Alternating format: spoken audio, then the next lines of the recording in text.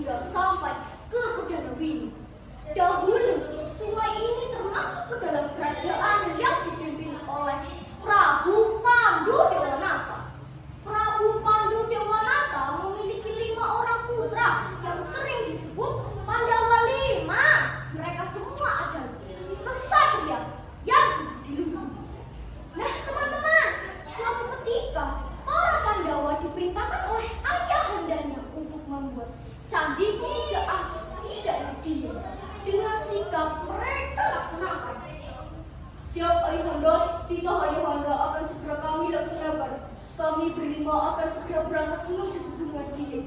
Mohon restu ayahanda. Baik putra-putraku, selamat jalan, hati-hati dan ingat. Tetap jaga tata krama dimanapun kalian berada. Mereka pasti berangkat. Namun perjalanan masih mudah yang mereka bayangkan. Tentu perjalanan keras untuk sampai ke tujuan. Akhirnya teman-teman, para Pandawa melewati sebuah desa yang sunyi dan mencekam. Bau anyir tercium di mana. Para Pandawa merasa curiga karena semua rumah penduduk di sana tertutup rapat. Bahkan tidak ada seorang pun yang berada di luar. Seketika perhatian mereka tertuju pada sebuah gubuk di ujung jalan yang pintunya sedikit terbuka. Mereka merasa penasaran dan mengunjunginya. Tok, permisi ke sana, apakah ada orang di dalam? Berulang kali mereka mencari salah, tetapi tidak ada seorang pun yang keluar dari dalam rumah. Hingga Bima tidak sabar yang segera memasuki rumah itu. Dia membuka pintu. Spontan, Yudhistira menegur. Tunggu Bima, tunggu. Jangan sembarangan masuk ke dalam rumah orang lain. Itu tidak sopan. Tanpa diduga, muncullah seorang lelaki tua dari dalam rumah. Wahai Kisana, siapa kalian? Apakah kalian utusan Bakasura? Tenang, Kek, tenang. Kami para Pandawa putra dari Prabu Pandu Dewanata. Tidak usah takut, Kek. Siapa Bakasura itu, Kek? Begini anak muda. Bakasura adalah raksasa yang kejam dan malang, memasang hutan dan malam. Ia akan menghabisi kami para warga di desa ini. Kami tidak bisa lari karena Bakasura telah menanam berbagai goib pada desa ini. Wajah sedih terlihat pada muka sang kakek. Saat sedang berbincang, mereka dikagetkan oleh suara dentuman napak kaki Bakasura disertai gemuruh angin. Dem, dem, dem. Wah, hai para penduduk, mana persembahan untukku? Daging siapa lagi yang akan aku makan? Dengan tegas Bima berkata, Bakasura, jika kau ingin memakan para penduduk di desa ini, hadapi aku dulu. Mendengar tantangan dari Bima, Bakasura mengumumkan, siapa kau berani-beraninya menantangku? Rasakan hutanku ini. Bakasura berusaha memukul Bima.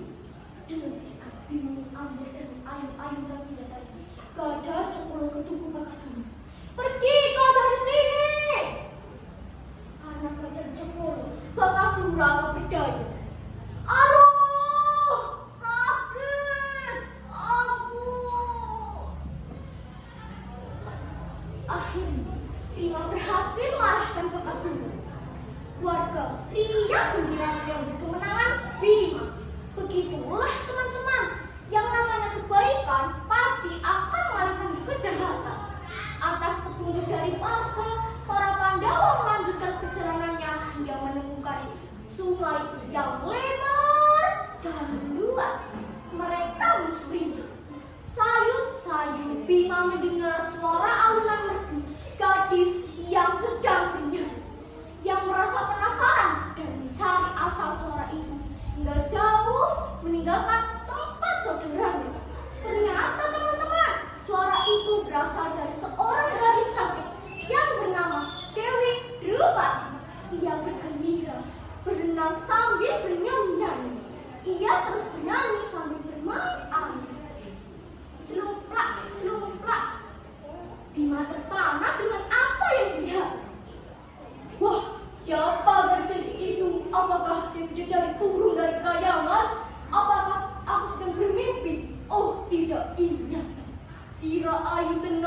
Sira Ayu tenang. Bima terus mengucapkan kata itu hingga Dewi Drupadi mendengarnya. Siapa di situ? Siapa di situ? Wahai Kisana, jangan dekatiku, jangan gangguku. Pergi, pergi. Tenang Adinda, tenang. Perkenalkan, aku Bima. Tetapi gadis itu semakin takut. Ia berenang menjauhi Bima yang mendekatinya. Ia semakin berenang ke tengah sungai dan akhirnya ia tenggelam di tengah sungai itu. Melihat gadis yang amat kagumnya tenggelam, Bima berusaha mencarinya, tetapi tidak menemukannya. Gusti, tolong kembalikanlah dia kemari, Gusti. Sira Ayu, gadis pujaanku, di mana kau berada? Ku selalu mencarimu. Kau di mana? Sira Ayu. Bima terus sambil mengucapkan kata Sira Ayu. Sira Ayu bermakna kamu cantik. Nah, semenjak itu teman-teman, sungai tempat bertemunya Bima dan Dewi Drupadi diberi nama oleh warga